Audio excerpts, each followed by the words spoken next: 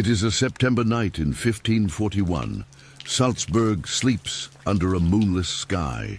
The cobblestones are slick from an afternoon rain, and the only sound in the street is the slow shuffle of one man's boots, a man moving through the dark with a single trunk on his back, the last physical evidence of a life that had been stripped to almost nothing. He is 57 years old.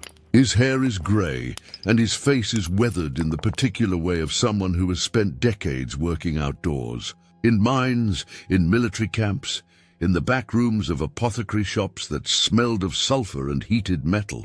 His hands are scarred, not from violence, from work, from decades of handling substances that no university-trained physician in Europe would touch without gloves, if they touched them at all. He walks toward an inn called the White Horse, and 3 days from now he will be dead. The official record will call it natural causes. A stroke, maybe. A fall in the dark. The body was buried quickly. No autopsy, no formal investigation, no sworn witness testimony placed on record anywhere. Just a body, a modest grave in the churchyard of St. Sebastian, and a silence that certain very powerful people had spent the better part of 30 years trying to engineer around this particular man. For a while it almost worked. The silence almost held. His name faded from the curricula of the universities that had expelled him. His books were banned, confiscated, or simply not printed. His manuscripts, the ones that survived anyway, sat in private collections, passed hand to hand, among a small network of people who understood what they held and were careful about who else they let hold it. But here is what those people didn't account for. Here is what the powerful never account for, not in the 16th century, not in any century that comes after. The ideas had already escaped. They were already out there, copied by hand onto paper that cost more than most people earned in a week, whispered in taverns from Basel to Nuremberg to Lyon, debated in the back rooms of pharmacies and the private studies of physicians who publicly dismissed this man while privately reading everything he wrote. And the ideas were correct. That was the part that made it truly, irreversibly dangerous. Not that one difficult, wandering, impossible physician had unconventional opinions, but that he was right. And being right, in the world this man lived in, was the single most threatening thing a person could be. His full name was Philippus Aureolus Theophrastus Bombastus von Hohenheim.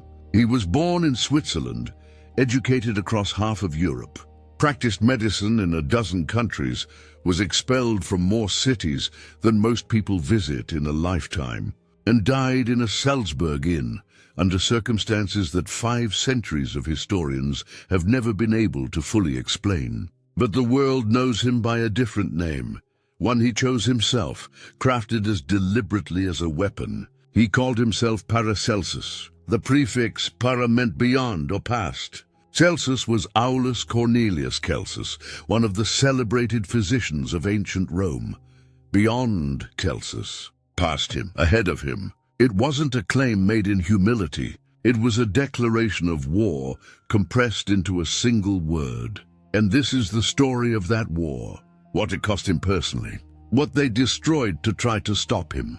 What survived anyway. And why, more than 5 centuries after that September night in Salzburg, every doctor who writes you a prescription, every toxicologist who sets a safety threshold, every pharmacologist who calibrates a dose, whether they know it or not, is working from the logic this man built while running for his life across the Holy Roman Empire. If you're new here, welcome to the Unseen Key. We don't deal in conspiracy theories. We deal in consequences. Every story on this channel is documented, verifiable, anchored in real historical records. And that's exactly what makes them unsettling. Because the truth doesn't need decoration. It just needs someone willing to follow it all the way to the end, even when the end is uncomfortable. If you believe that remembering matters, if you think history belongs to everyone, not just to the people who get to write it, hit the like button right now and subscribe so you don't miss what's coming. Every person who subscribes is casting a vote against forgetting. Now let's go back to the world that produced Paracelsus, and that he spent his entire life refusing to accept on its own terms. To understand what Paracelsus really represented, not the sanitized version, you need to start with the medicine he was born into, not the medicine of the Renaissance as we tend to imagine it, not the heroic image of enlightened men in candlelit studios, boldly pursuing truth through dissection and experiment. The reality, in the overwhelming majority of European universities at the end of the 15th century, was something far closer to a religion than a science. And it had been that way for over 1,000 years. The dominant medical tradition in Europe rested on two foundational authorities. The first was Galen of Pergamon, a Greek physician born around 129 AD, who served as personal doctor to Roman Emperor Marcus Aurelius, and who wrote with such volume and confidence that his collected works filled thousands of pages of dense, authoritative Latin. The second was Ibn Sina, the 11th century Persian polymath the Western world knew as Avicenna, whose canon of medicine exceeded 1 million words and functioned as the primary medical textbook at European universities for 5 straight centuries. These two men were not merely respected in the way that admired scholars are respected. They were treated as sacred. Their conclusions were not hypotheses awaiting verification. They were doctrines requiring only memorization and application. What those doctrines said in practical terms is this: the human body is governed by 4 humors: blood, phlegm, yellow bile, and black bile. Every disease is caused by an imbalance among these 4 fluids. Treatment, therefore, means restoring balance, drawing blood to remove the excess, administering purges to expel the bile, using emetics to force vomiting, prescribing specialized diets calibrated to strengthen the deficient humor and suppress the dominant one. A patient with fever had too much blood, bleed him. A patient with persistent melancholy had too much black bile, purge him. A patient with a wet cough had too much phlegm, heat him, dry him out, restrict his fluids. The physician did not need to examine the patient with any particular depth or curiosity. He needed to classify, to assign the patient a category within Galen's system and deploy the corresponding protocol. The physical reality of the individual patient in front of him was almost secondary. What mattered was the system, and the system was, by definition, complete. Galen had already answered everything. Avicenna had confirmed it. There was nothing left to discover, only applications to master.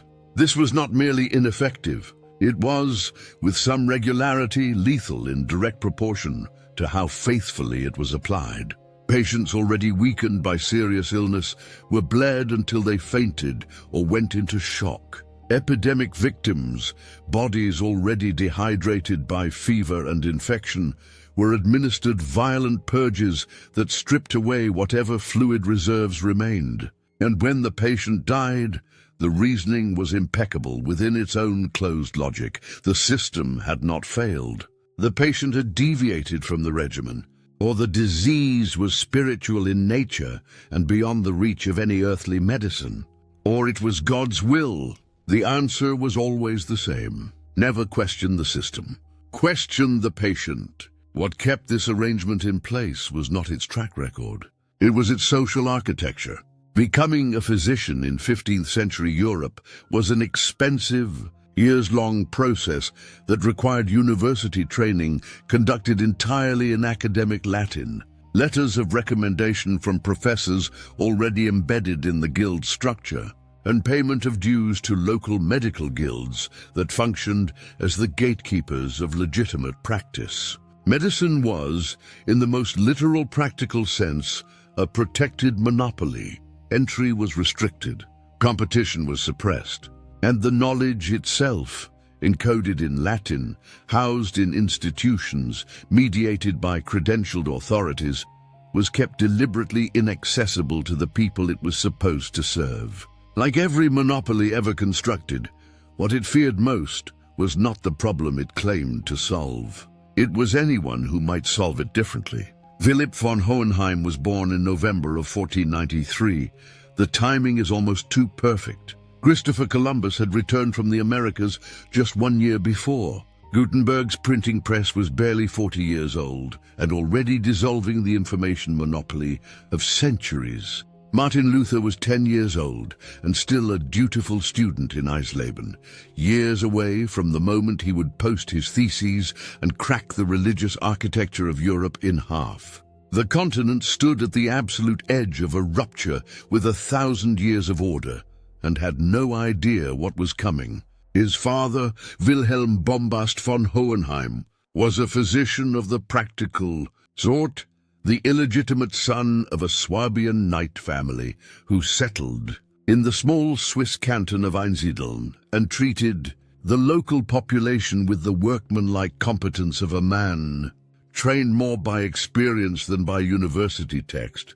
Philipp's mother died when the boy was still very young, possibly before he was 3 years old. The circumstances of her death remain opaque to historians. What we know is that the father, alone with his son, eventually relocated to Villach in the Austrian region of Carinthia, where he found work as a physician and a teacher of applied chemistry to the region's mining industry.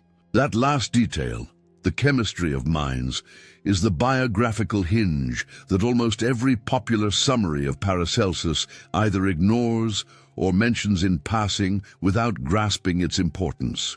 Wilhelm von Hohenheim did not teach medicine from books. He taught chemistry from furnaces, and young Philip did not grow up in a world of Latin texts and university lectures. He grew up surrounded by miners and smelters and metallurgists, men who worked with copper, lead and zinc, who handled real substances and observed real reactions and watched every single working day what happened to the human body when it was exposed to specific chemicals over time. The mines around Villach and throughout Carinthia processed copper, lead and zinc in large-scale operations. The men who worked in those mines developed specific diseases. They coughed in specific ways.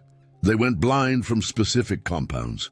They developed tremors from specific metals inhaled over years. And the boy watching all of this did not reach for Galen to explain it. He watched the substance. He watched the body. He drew the line between them. It was not a sophisticated scientific method yet. He was a child. But it was the seed of one, and it was a seed planted in soil that no university could have provided. That seed would take decades to become what it became, but it would never fully leave him. And when the moment came to choose between the system he had been trained inside and the reality he had been trained to observe, he would choose the reality. Every single time, no matter what it cost. Sometime between 1507 and 1510, Philipp von Hohenheim arrived at the University of Basel to begin formal medical training.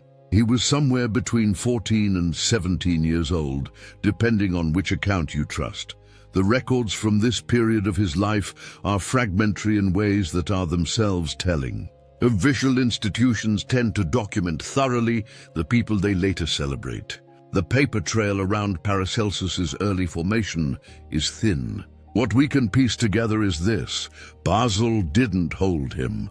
The method of teaching medicine at European universities of that era followed a ritual as fixed as a church service. The professor, robed, elevated on a raised chair, entirely separate from the clinical reality below him, would read aloud from Galen or Avicenna in Latin, while a barber surgeon below performed dissections or minor procedures. The professor pointed to the body and indicated where, according to the ancient text, each organ should be located. If the body on the table didn't match what Galen had written, and Galen, who conducted many dissections on animals rather than humans, was frequently wrong, the problem was the body, not the text. The body was anomalous. The text was correct. Hohenheim could not accept this. Not in any philosophical abstract sense, in the specific, immediate, furious sense of a person who had grown up watching real substances do real things to real bodies. He left Basel. He moved. He crossed the Alps and studied in Vienna under Georg Tannstetter, one of the first physicians in the Holy Roman Empire to take seriously the application of mathematics and astronomical observation to medical thinking. He made his way to Ferrara in northern Italy, one of the rare European centers where anatomical dissection was beginning to be practiced not as an illustration of Galen, but as an independent method of inquiry. The evidence points to him receiving his medical doctorate at Ferrara around 1515, when he was barely in his early 20s. Most physicians of his generation, degree in hand, would head directly to a prosperous city, establish a practice, cultivate aristocratic clients, and spend the rest of their careers accumulating both income and reputation. Hohenheim did something that no physician of his training and standing was expected to do. He went to war. Between 1515 and 1524, he worked as a military field physician, serving in the armies of the King of Denmark, then in campaigns across the Low Countries, across Italy, and in expeditions that may have extended as far east as Russia and the edges of the Ottoman world. The accounts of these years are, in places, imprecise, but the broad shape is consistent across multiple sources. He followed armies. He worked in field hospitals and battlefield camps. He treated men whose injuries needed to be addressed in real time with whatever was available, and whose outcomes were immediately visible. There was no possibility of a follow-up appointment, no opportunity to attribute failure to the patient's non-compliance. And what he observed in those years was transformative in a way that no university could have replicated. On the battlefield, the Galenist protocols weren't just inadequate. They were visibly, demonstrably, sometimes catastrophically wrong. The standard treatment for wounds, applications of honey, grease, and herbal purgatives designed to stimulate the expulsion of malignant humors from the wound itself, introduced contamination into injuries that might otherwise have healed. Hohenheim began keeping wounds clean. Simply clean, removing debris, controlling bleeding, covering with minimal interference, and watching. The outcomes were different, observably consistently different. But it was not only the battlefield that shaped him during those years. It was also the people he chose to learn from, and that choice was, in the context of his era, extraordinary.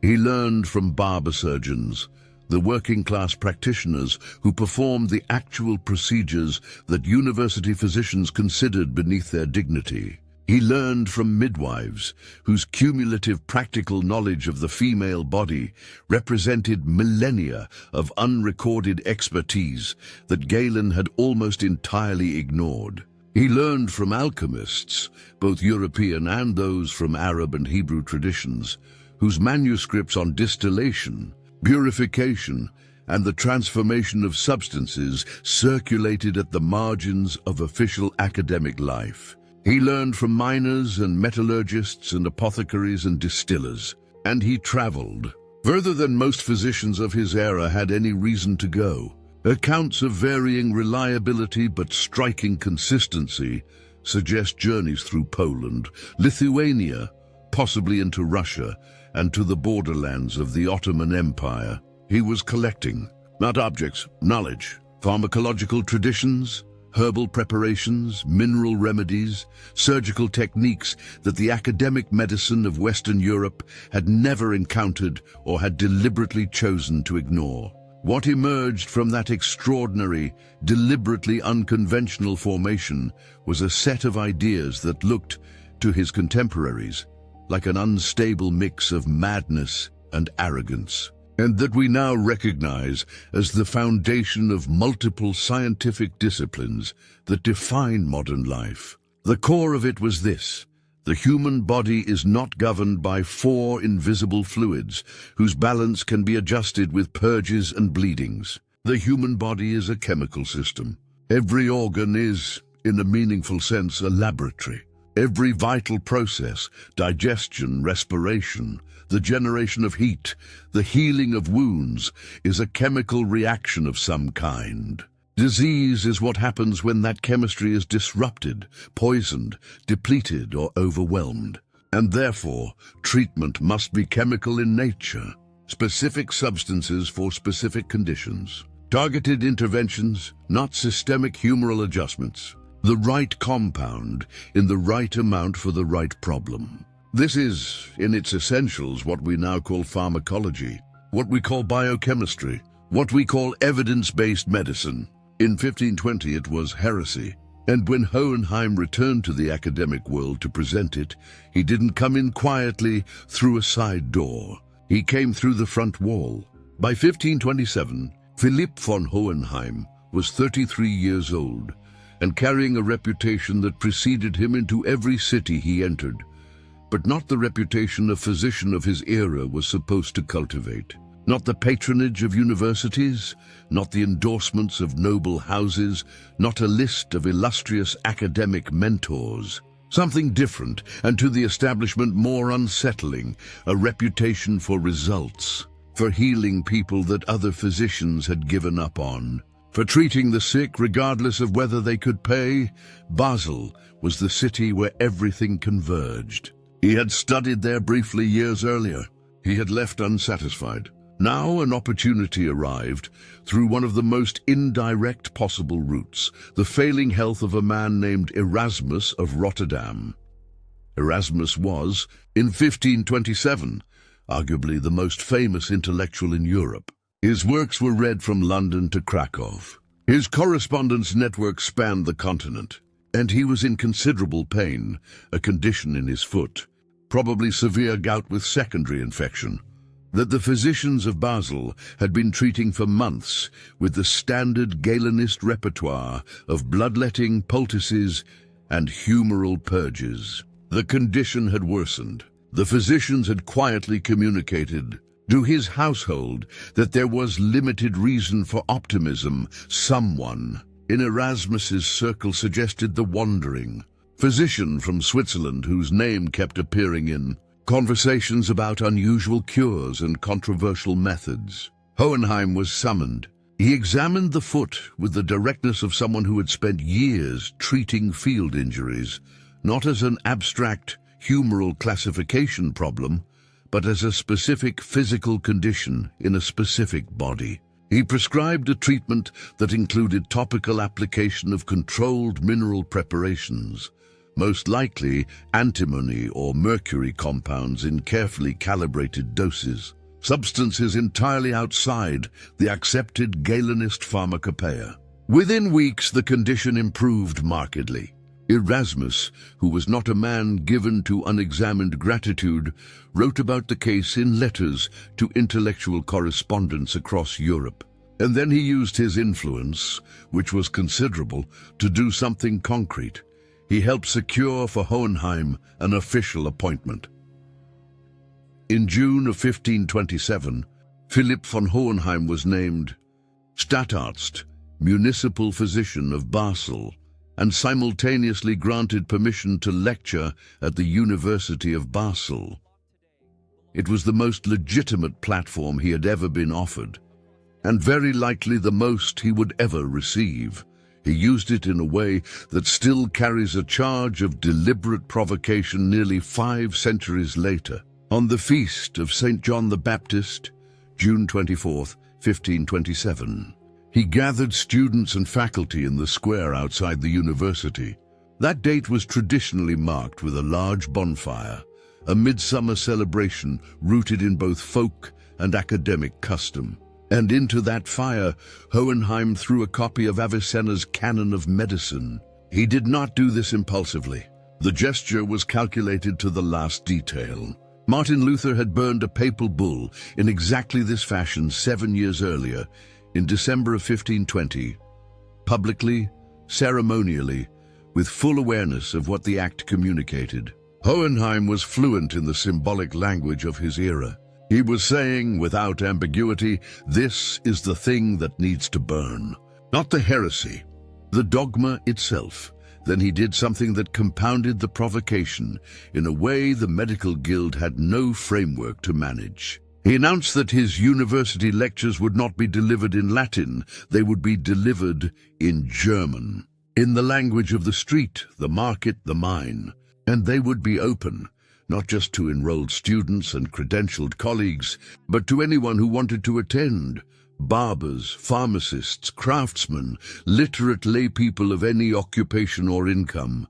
His reasoning was not sentimental, it was structural. If medical knowledge could only be accessed by those who could afford years of Latin language university education, then medical knowledge was not a tool of healing. It was a tool of control, a mechanism for ensuring that a small group of credentialed men maintained exclusive authority over the bodies of everyone else. He refused to participate in that mechanism. He had made that choice somewhere on a battlefield in the Low Countries, or in a mine in Carinthia, or in a conversation with a midwife whose practical knowledge no university would ever certify. And he was not going to unmake it now, just because Basel had given him a title. The professors responded with exactly the combination of outrage and bureaucratic maneuvering you would expect. Formal complaints to the medical guild, petitions to the city council, whisper campaigns about his qualifications, his sanity, his theology. But Hohenheim was not posturing. He was teaching. And what he was teaching was, by every surviving account, years ahead of anything his detractors were producing. It was in Basel that he took the name Paracelsus, formally, publicly, irrevocably. No longer Philipp von Hohenheim. The name was a thesis statement, para, beyond. Celsus, the classical tradition. He was not petitioning the academy for a seat at the table. He was announcing that he had already left the building, and it was in Basel that he wrote, for the first time with the full force of his accumulated experience behind him, what the medical guilds of Europe could not afford to let stand, that physicians who continued applying Galenist protocols were not practicing medicine in good faith. They were practicing ritual, and the patients were paying for it with their lives. He had names. He had cases. He had the particular moral authority of someone who had spent years in the places where the Galenist system's failures were most naked.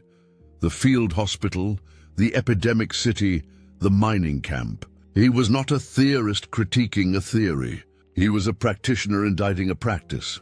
And that distinction was what made him ultimately impossible to simply argue away. Before we follow the persecution that would define the rest of Paracelsus's life, we need to stop here, inside the storm, and understand with some precision what he had actually discovered.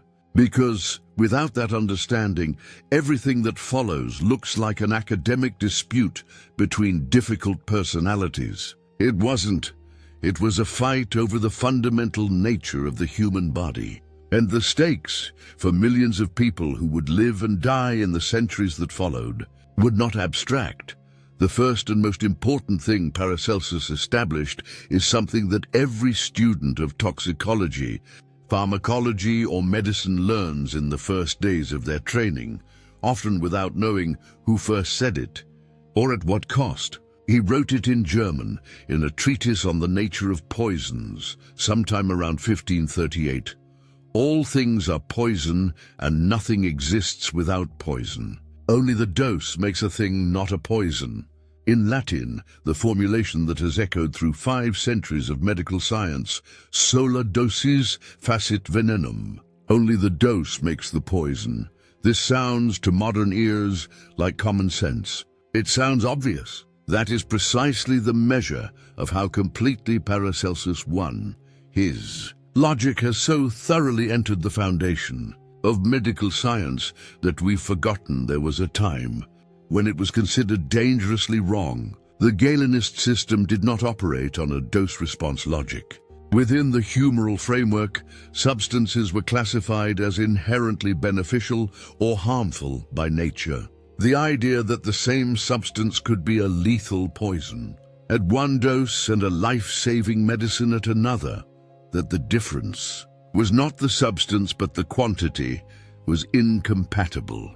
with everything the system rested on. If you accepted the dose-response principle, you had to accept that medicine was not about classifying substances into good and bad categories. It was about understanding thresholds, about precision, about measurement, about chemistry, and Paracelsus was not making this argument from theory. He was making it from patient outcomes. In the late 1520s, while moving between cities in southern Germany and Switzerland, he treated a man named Ulrich Pamminger, a Bavarian civic official in Passau who had contracted syphilis, the epidemic that was devastating European populations with a speed and brutality that nothing in the Galenist repertoire could address. Pamminger had been treated previously by two physicians trained at the University of Vienna, who had applied the standard protocol: bloodletting to adjust the humoral imbalance, extended sweating treatments in a heated room, herbal purges to expel the corrupted humor. After months of this, his condition had progressed substantially. The sores had spread. He had lost significant weight. The Viennese physicians had communicated to his family that his prospects were poor. Paracelsus prescribed a controlled preparation of mercuric oxide, applied topically to the affected lesions in a dose he had calibrated through direct observation of multiple prior cases, low enough to avoid acute toxicity, high enough to produce the antimicrobial effect he had observed. He combined this with a regimen of rest, controlled diet, and specific mineral supplements. Within 2 months, the lesions began to recede. Within 5 months, Pamminger was recovered to a degree his family had not thought possible. He remained in correspondence with Paracelsus for years afterward, and references to the case appear in Paracelsus's own clinical notes, which survive in a manuscript held today at the Austrian National Library in Vienna. What Paracelsus had understood, intuitively, empirically, without the microscope or the germ, theory or the vocabulary that would have made it fully explicable to a 20th century physician, was that mercury in controlled doses was lethal to whatever was causing the syphilitic lesions, while the human body, compromised but alive, could survive that dose if it was calibrated correctly. He didn't know about Treponema pallidum. That discovery was 3.5 centuries in the future, but he knew the dose, he knew the threshold, and knowing the threshold in a world where syphilis was essentially a death sentence was the difference between a cure and a corpse. He applied the same logic to zinc, which he called zinkum, and was the first to describe as a chemically distinct element, separate from lead, tin and bismuth, with which it was commonly confused. He documented its crystalline structure when purified, the blue-green color of its flame when burned, its resistance to amalgamation with other metals. This was the first systematic chemical identification of zinc, produced more than 2 centuries before Antoine Lavoisier formalized the modern theory of elements. He applied the same logic to antimony, to sulfur, to controlled preparations of opium, which he called laudanum, a compound that would remain in the Western pharmacopoeia for more than 300 years after his death.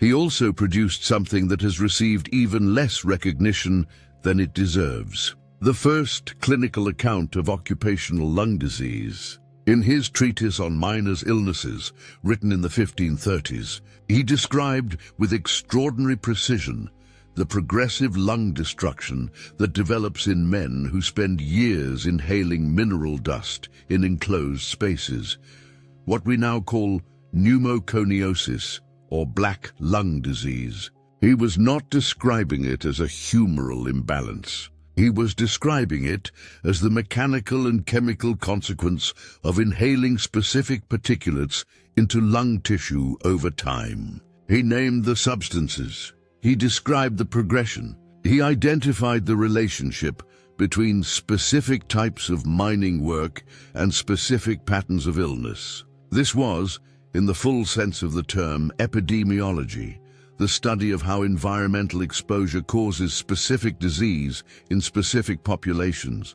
conducted in the 1530s, roughly 3 centuries before the field would be formally named. And then there is the thing that may be his most radical contribution, not for what it discovered, but for what it demanded. The idea that medicine is an evidence-based practice, not an authority-based one. That the correct question is not what does Galen say, but what actually happens when we do this. That no text, no matter how old or how celebrated, overrides the evidence of the body in front of you. That the sacred document of medicine is not written in Latin by men who have been dead for 1,000 years. It is written by nature, in real time, in every patient in every room, and any physician who cannot read that document directly without an authorized interpreter is not practicing medicine. He is performing a credentialed approximation of it. This is the idea that the guilds could not tolerate. Not the mercury, not the laudanum. The idea that authority could be wrong. And that observation, direct, rigorous, repeated observation, was the only court of final appeal. The fall in Basel came fast, and it came through a pair of cases that, placed side by side, reveal the exact mechanism by which institutional power protects itself when it cannot win on merit. Johann Froben was one of the most important publishers in 16th century Europe. The Cure, man who had printed the collected works of Erasmus, who had essentially built the infrastructure of the Northern European humanist book trade from his Basel workshop. In 1527, Froben was seriously ill with a condition that Basel's physicians had been unable to address. Paracelsus was called. He treated Froben with mineral-based preparations that the Galenist physicians around him considered reckless. And Froben improved substantially, enough that he wrote to friends calling Paracelsus the finest physician he had encountered. When Froben died several months later from a stroke, suffered while traveling to a trade fair in Frankfurt, a death entirely unrelated to the condition Paracelsus had treated, the guild physicians of Basel saw their opportunity. They attributed the death to Paracelsus's treatment. The circularity was breathtaking. The patient recovered, then died later of something else. Therefore, the physician who achieved the recovery was responsible. The logic didn't need to be coherent. It only needed to be loud. The second case provided the legal mechanism. A cathedral canon from Strasbourg, wealthy, well-connected and embedded in the same ecclesiastical power structure that ran parallel to and intertwined with the medical guild system, had suffered an unspecified illness and publicly promised 100 gulden to any physician who cured him. Paracelsus treated him. The canon recovered and then refused to pay on the grounds that the recovery had been natural and not the result of treatment. Paracelsus sued for the fee in Basel's civil court. The judges ruled for the canon. Paracelsus's response, a written communication to the court, contained by all surviving accounts, language that moved between precise legal argument and personal contempt, in ways that gave the court exactly the pretext it needed. A warrant was issued. He fled Basel in February of 1528 in the dark with whatever he could carry. He was 34 years old. He would never hold another permanent academic position. He would never again have an institutional platform. And the 13 years between that flight and the September night in Salzburg were, depending on your angle of view, either the longest punishment ever inflicted on a genius for the crime of being right, or one of the most astonishing uninterrupted records of intellectual production in the history of science. He moved constantly. Alsace, Swabia, Bavaria, Austria, the cities he passed through read like a map of the Holy Roman Empire's commercial arteries: Colmar, Esslingen, Nuremberg, Beratshausen, St. Gallen, Appenzell, Sterzing, Merano. In some of these cities, he was received with the cautious pragmatism of merchant communities who valued results over credentials. If the man could cure what others couldn't, his lack of guild certification was a secondary concern. In others, the local medical guild had written to the city council before his arrival, and he found the doors already closed. In Nuremberg, in 1529 and 1530, he came closest to a second platform. He obtained city council permission to publish a series of treatises on syphilis, documents that included clinical case records demonstrating with specificity that Galenist bloodletting and purging protocols not only failed to address the disease, but measurably accelerated the deterioration of patients who received them. The Nuremberg physicians, who were treating syphilis patients with exactly those protocols, intervened. They petitioned the council, argued that the texts were dangerous, and succeeded in halting publication after the first printed sheets had already come off the press. The sheets were confiscated. The presses were stopped.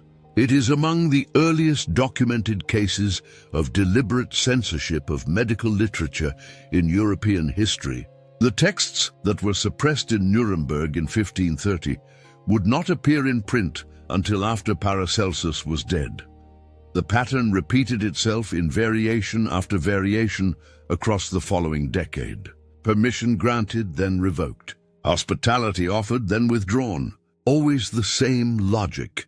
When the establishment could not defeat his arguments on clinical or scientific grounds, it reached for the administrative mechanism.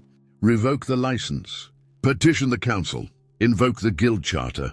The tools of bureaucratic power are, in this sense, eternal. They look the same in 1530 as they do in any century that follows. And yet, he wrote, that is the thing about these years that defies easy comprehension. Without a fixed laboratory, without a permanent library, without institutional support, without reliable income, without the social stability that most intellectual production requires, he produced a body of work that would take scholars generations to fully excavate and assess. The Paragranum, the Opus Paramirum, the Labyrinthus Medicorum Errantium, the Labyrinth of Erring Physicians, a title that is itself a verdict. The Archidoxis, his most systematic pharmaceutical chemistry text. Full treatises on syphilis, on gout, on epilepsy, on the full range of occupational diseases. Works of natural philosophy, works of theology, works that his contemporaries dismissed as the confused output of an unstable mind, and that historians of science now read as the first drafts of disciplines that didn't yet have names. What drove that? Productivity under conditions that would have silenced most people permanently. It tells you something essential about who he was. He was not writing for the guild physicians who had expelled him. He was not writing for the university professors who had mocked him. He was writing for the future.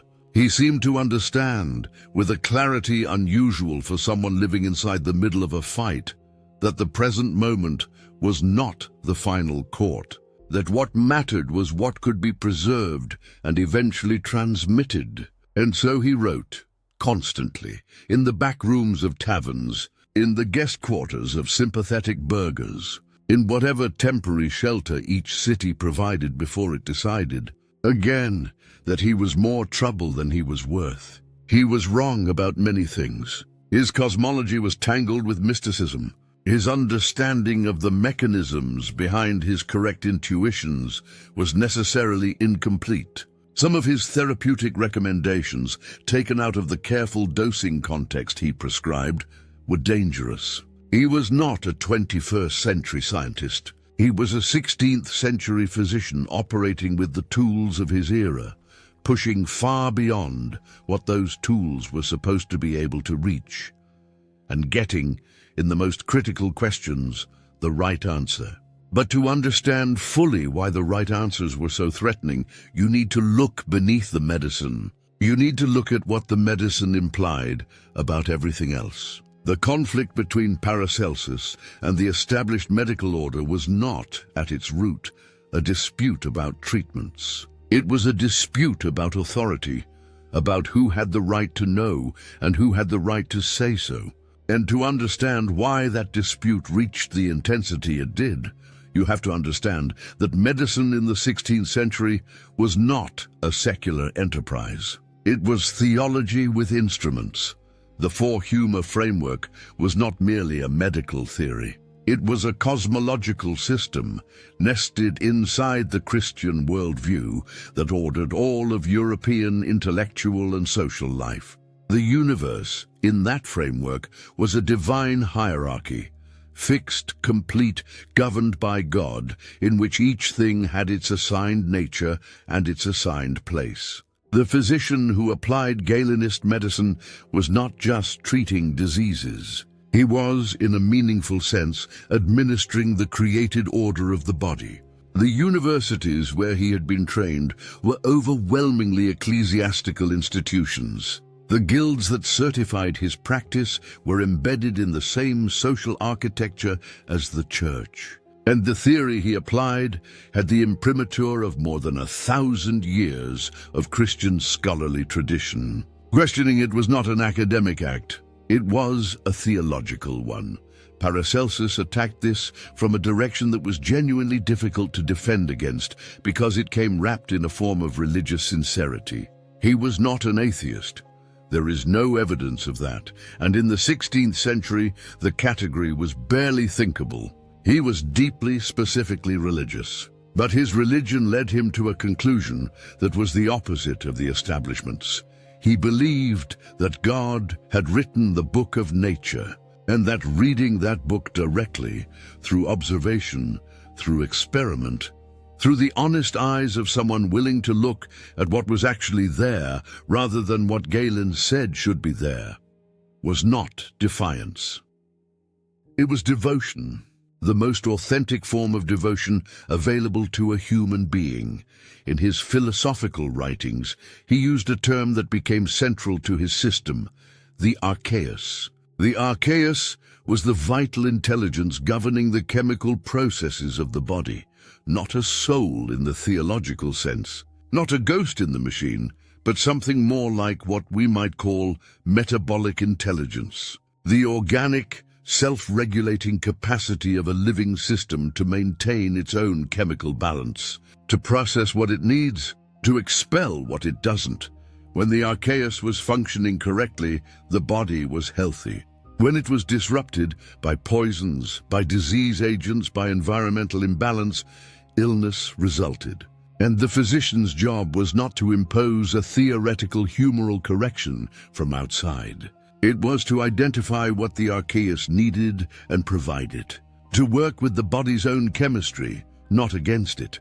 The implications of this for the social order of medicine were radical and immediate. If the body had its own intelligence, if disease was a chemical disruption rather than a divine punishment or a humoral imbalance requiring expert correction, then the knowledge required to address it was, in principle, available to anyone willing to observe carefully enough. A barber who understood wound chemistry could be more valuable than a Latin scholar who had memorized Galen, but never watched what actually happened when you kept a wound clean versus when you packed it with grease. A midwife with 40 years of practical experience was, within this framework, a practitioner of genuine medicine. The credential did not confer the knowledge. The observation did. For the Church, the implications went further and were more troubling. Paracelsus applied the same observational logic to mental illness, a domain that was, in the 16th century, almost entirely owned by theological interpretation. People who experienced what we would now call epilepsy, psychosis, severe depression, or mania were understood through the framework of demonic possession or divine punishment. Treatment meant exorcism, or confinement, or physical interventions, chains, cold water immersion, beatings that were administered as correction rather than care, because the problem was understood to be spiritual, not physical. In texts written around 1525, Paracelsus described these conditions with a clinical precision that refused the supernatural explanation entirely. He categorized them lunaticus, insanus, vidzanus, and argued that each category had specific physical causes: chemical imbalances in the brain, injuries to the head, the long-term effects of specific environmental toxins. He argued that the people suffering from these conditions deserved treatment, not punishment. Observation, not exorcism. If the mad were not possessed, what did that mean for the reality of possession itself? If mental illness was a chemical event in the brain, what did that imply about the soul? These were not questions the ecclesiastical establishment was prepared to engage with calmly. The response was not theological debate. It was the familiar sequence: administrative pressure, informal warnings, the quiet closure of doors. But there is one more dimension of what Paracelsus represented that has been almost entirely erased from the popular account of his life. Something more specific than his theology, more documented than his cosmology, more immediately dangerous to the people who held power in the cities and courts of the Holy Roman Empire. It was buried in manuscripts that only a handful of people had read in full. And when he arrived in Salzburg in 1541 with those manuscripts in his trunk, the people who knew what they contained were paying attention closely. The part of Paracelsus's story that the history books handle most carefully, with the kind of careful, measured language that tends to appear when the implications are genuinely uncomfortable, is the fate of his manuscripts. Not the books he published in his lifetime, not the treatises that circulated in hand-copied form among his students, but the unpublished texts, the works he was still carrying, still revising, still adding to in the final years of his life. Modern scholars, who have spent careers working through the Paracelsian corpus, estimate that somewhere between a third and a half of everything he wrote was never published during his lifetime, and that a significant portion of what was published appeared in altered form, sections removed, passages softened, arguments blunted by editors who understood the difference between what was true and what was survivable. The suppression begins during his own lifetime, with the Nuremberg censorship of 1529 and 1530 that we've already described. But the more consequential suppression begins the moment he stops being alive to defend the archive himself. In the immediate aftermath of his death in Salzburg on September 24, 1541, his physical possessions, including the trunk that had traveled with him across Germany and Austria for more than a decade, the trunk that contained manuscripts his disciples knew about because he had referenced them in correspondence, were inventoried. Some of those manuscripts entered the hands of disciples and admirers and survived. Others did not. There is no satisfactory, innocent explanation for why an intellectually famous man's papers in the custody of an archbishop's city would emerge from that custody incomplete. The names who mattered most in the recovery operation are not famous names. They are the names of people who did quiet, careful, unglamorous archival work, while the official world pretended it had nothing to preserve. Adam von Bodenstein, son of one of Luther's earliest Reformation allies, became the most important posthumous editor of Paracelsus's medical texts, publishing carefully cross-referenced editions between 1560 and 1575 from handwritten copies that students had made of originals before those originals could disappear. He collated versions, compared variants, noted discrepancies. He did scholarship, the kind of scholarship that doesn't get monuments, but without which the record ceases to exist. Gerhard Dorn, a Flemish philosopher and alchemist, translated key Paracelsian texts from German into Latin, the move that opened them to the academic audience that would never have encountered them otherwise. There is a particular irony in this: the gatekeeping language that Paracelsus had rejected, the Latin that symbolized everything elitist and exclusionary about the medicine he had opposed, became the vehicle through which his ideas eventually reached the scholars who would carry them forward. Dorn understood this. He was not capitulating.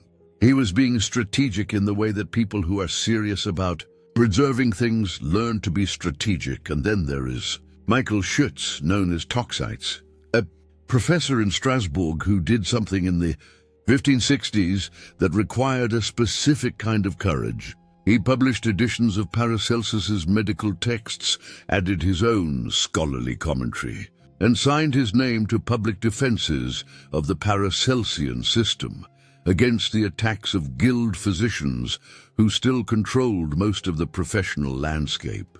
He attached his name to a man the establishment had declared professionally and intellectually toxic. And he did it not once, not in a single anonymous pamphlet, but repeatedly, in his own name in print for decades. The professional price was real and ongoing. What all of these preservation efforts reveal, when you look at them together, is that the fight over Paracelsus's legacy was never only about what was true, it was about what got to survive. The Galenist establishment understood, with the clarity that comes from actually having power, that the battle for medicine's future was partly a battle over the archive. Control what texts exist. Control which versions are authoritative. Control which names get attached to which ideas. And you control, for generations, what the next generation of physicians will think is possible.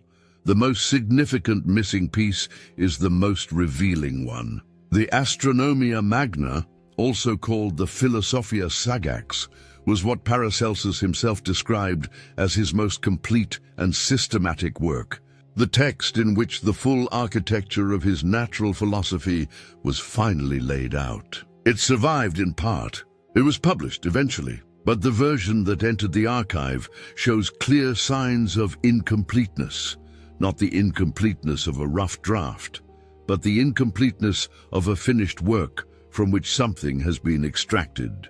Later scholars, tracing the cross-references to the Astronomia Magna that appear in Paracelsus's other writings, have identified sections that should be present and are not. What was in those sections we cannot say with certainty. What we can say is that they were present in the original, referenced by Paracelsus as integral to the argument, and absent from the version that entered the historical record. In the world of 16th century manuscript transmission, things do not go missing from a famous man's estate by accident.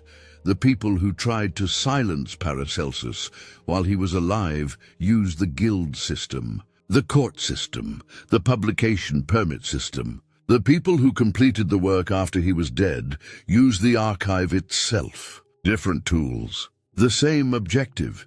Ensure that what he knew and what he could prove and what he was not yet finished saying would reach as few people as possible. They very nearly succeeded. And the fact that they didn't, the fact that enough survived, in enough hands, through enough quiet acts of preservation by people whose names most of us have never heard, is one of the stranger and more moving facts in the history of science. But none of it would have mattered at all if the final act in Salzburg had gone differently. If he had accepted what was offered. If he had decided finally at 57 that safety was worth the cost. September of 1541, Paracelsus arrived in Salzburg, not as a fugitive, but as a guest. Prince Archbishop Ernst von Bayern had sent him a formal invitation. This in itself was unusual. A man who had spent 13 years being expelled from cities was now being summoned to one of the most powerful ecclesiastical courts in the German-speaking world. The Archbishop's motives are not recorded with clarity in any surviving document. But the outline they suggest is legible enough. Ernst von Bayern wanted a physician of Paracelsus's demonstrated capabilities close at hand. He may also have wanted the manuscripts, the unpublished works, the full archive that Paracelsus carried. And he almost certainly wanted, at some level, the silence that comes when a difficult man finally accepts the terms of the powerful. Protection, comfort, publication on approved terms. The things that had been denied to Paracelsus for 3 decades, offered at last, in exchange for what precisely we don't know. But the structure of such offers has not changed much across the centuries. What they buy is always some version of the same thing. Paracelsus was 57 years old. He was not a healthy man. Decades of difficult conditions, irregular nutrition, and prolonged exposure to the chemical substances he worked with had accumulated. But the accounts of people who saw him in Salzburg in September of 1541 are consistent. He was still writing, still talking, still fully present in the argument. He had not arrived to retire. He had arrived to negotiate. On the 21st of September 1541, he dictated his last will and testament to the notary Johannes Kalbsor. The document survives in the Salzburg city archive. In it, he distributes his few material possessions, some clothes, a handful of instruments, a small number of books, to a group of people that includes barbers, local craftsmen, and a few trusted associates from his years of travel. Not aristocrats, not university men, not the powerful. The same people he had always treated, always taught, always chosen when he could have chosen upward. It is a short document. It reads in its simplicity as a complete statement about what his life had been. 3 days later, on the morning of September 24th, 1541, Philippus Aureolus Theophrastus Bombastus von Hohenheim was found dead in his room at the White Horse Inn. He was 57 years old. He had been in Salzburg for a matter of weeks. The official cause of death was recorded in the ecclesiastical register as natural causes. No physician examined the body before burial. No investigation was initiated. No witnesses were formally deposed. The burial took place in the churchyard of St. Sebastian, quickly and without ceremony. For a man of his continental reputation, a man who was, at the time of his death, in active negotiation with the Prince Archbishop of one of the most important cities in the empire, the administrative silence that surrounded his death was extraordinary. What the silence covered is something historians have been arguing about for 5 centuries, and something that will probably never be definitively resolved. The accounts that circulated in the generation immediately following his death, accounts with specific details, produced by people with access to direct testimony from Salzburg, describe injuries to his skull inconsistent with a natural death from stroke or internal disease. The most detailed account describes a fall from a height under circumstances that suggest the fall was not accidental. In the 20th century, when researchers examined the physical remains preserved in Salzburg, a portion of the skull, which had been kept, forensic analysis identified fractures that some specialists assessed as consistent with blunt force trauma rather than natural deterioration. The assessment is contested. 16th century forensic science did not exist, and posthumous analysis of 500-year-old bone introduces its own uncertainties. No one can say with the precision of modern forensics what happened in that room, or on those stairs, or on whatever street may have been the actual site of the event. What can be said with documented certainty is this. 3 days before his death, Paracelsus was well enough to dictate a legal document.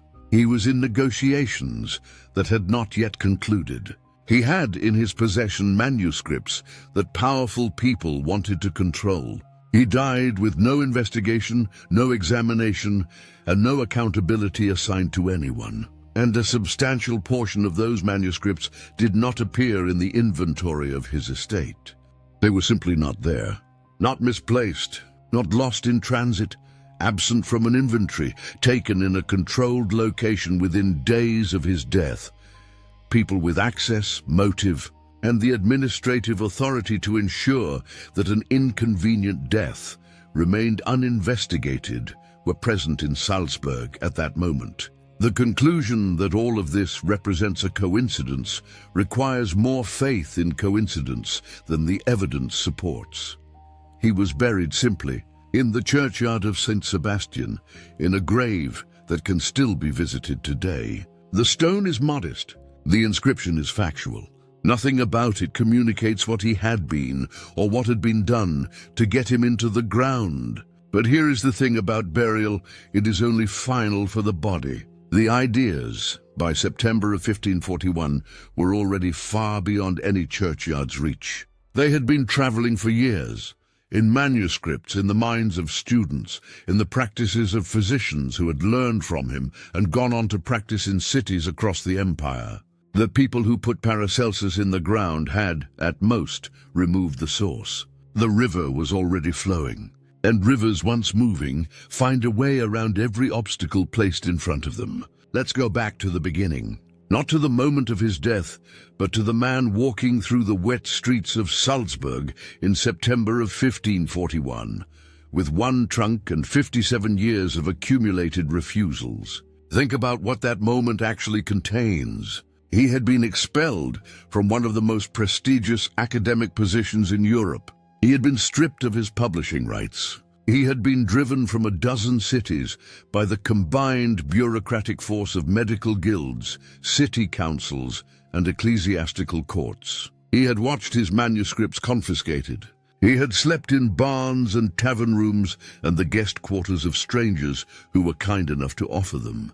He had lost, in every external and measurable sense, the fight he had been fighting for 3 decades, and he was still writing.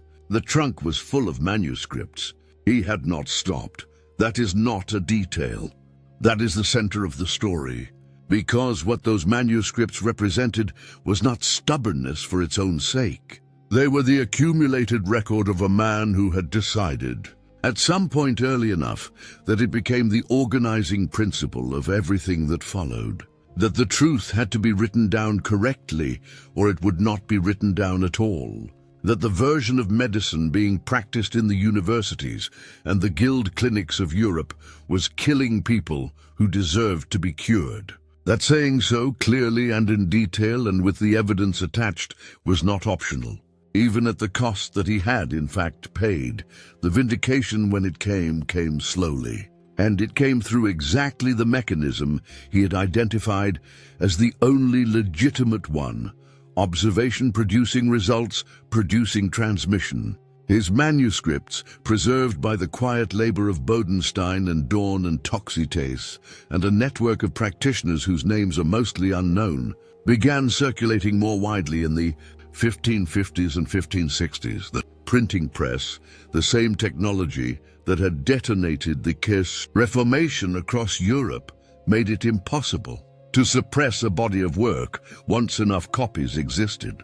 Publishers in Basel, Strasbourg, Frankfurt, and Lyon discovered that there was a market for Paracelsian texts, not a fringe market of occult enthusiasts, but a serious medical market of practitioners who were encountering the limits of Galenist therapy and looking for something that actually worked.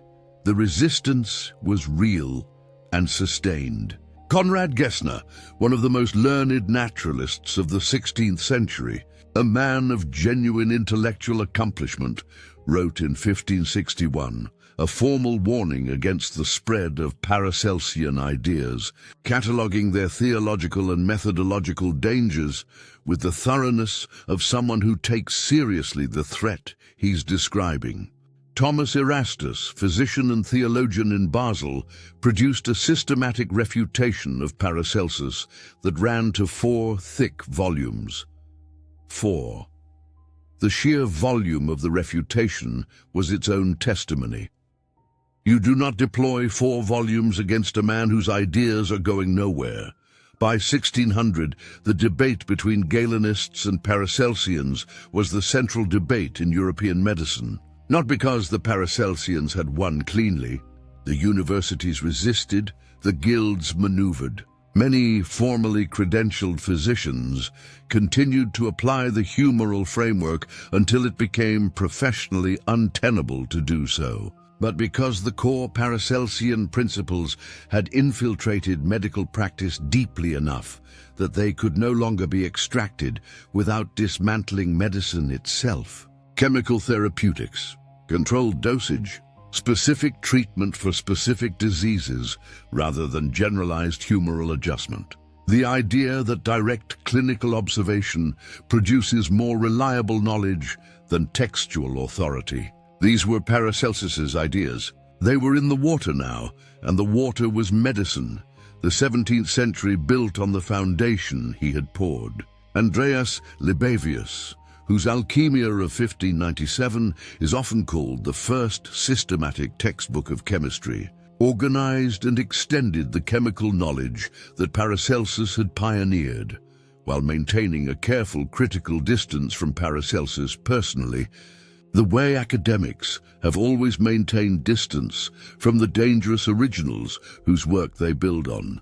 Jan Baptist van Helmont, working in the early 17th century, explicitly credited Paracelsian influence in his development of the concept of gases as a distinct class of physical substance, a concept without which later chemistry becomes impossible to imagine. Robert Boyle, whose Skeptical Chemist of 1661 is the text most often identified as the foundational document of modern chemistry, was working squarely within the tradition that Paracelsus had initiated. The tradition of treating claims about matter as hypotheses to be tested rather than doctrines to be received. And the dose-response principle, sola dosis facit venenum, did not merely survive. It became the organizing logic of an entire scientific discipline. Toxicology exists because of that principle. Modern drug development exists because of that principle. The entire regulatory apparatus of pharmaceutical safety, the clinical trials, the dose escalation studies, the threshold determinations, the safety profiles, exists because of that principle. Every time the FDA sets a maximum safe exposure level for a chemical compound, it is operating on the logic of a man who was expelled from Basel in 1528 for teaching that exact logic in German to barbers and miners who weren't supposed to have access to it. The medicine being practiced in hospitals and clinics and research institutions right now is, in its fundamental conceptual architecture, the medicine Paracelsus spent his life trying to establish. The body as a chemical system, disease as a chemical event, treatment as a chemical intervention calibrated to the specific condition of the specific patient, evidence from direct observation as the final authority. None of these ideas came from Galen, none of them came from Avicenna. They came from a man who grew up in a mining town, educated himself in battlefields and apothecary shops and the practices of people the academy wouldn't recognize, and spent the rest of his life being punished for having the wrong credentials and the right answers. Ask someone who invented toxicology, who first identified zinc, who wrote the first systematic account of occupational lung disease, who first argued that mental illness had physical causes. Most people will not know. The name Galen circulates with more casual familiarity even now than the name of the man who proved Galen wrong. That is not an oversight. It is the long shadow of a suppression that was deliberate, that was systematic, and that very nearly worked. Very nearly. The grave in the churchyard of St. Sebastian is still there. It's a modest stone in a quiet corner of a beautiful city. Most visitors to Salzburg walk past it without knowing what it marks. What it marks is the burial place of the man who gave us the concept that the difference between medicine and poison is the dose, who wrote it down in a language anyone could read, who taught it to anyone who would listen, who refused every offer to stop, and who died under circumstances that 5 centuries of historians have never fully explained. In a city where very powerful people had very strong reasons to prefer that he stop talking. He stopped. The ideas didn't. If this story reached you, if somewhere in it you felt the specific discomfort of realizing that a name this important had been kept this quiet for this long, then do the one thing they never wanted anyone to do with it: pass it on. Share this video, leave a comment. Tell someone who Paracelsus was, and what it cost him, and what it bought for every one of us who has ever received a precisely calibrated prescription and survived because the dose was right. Subscribe to this channel not because we'll entertain you, but because we will not stop digging. Every story we tell here is a recovery operation.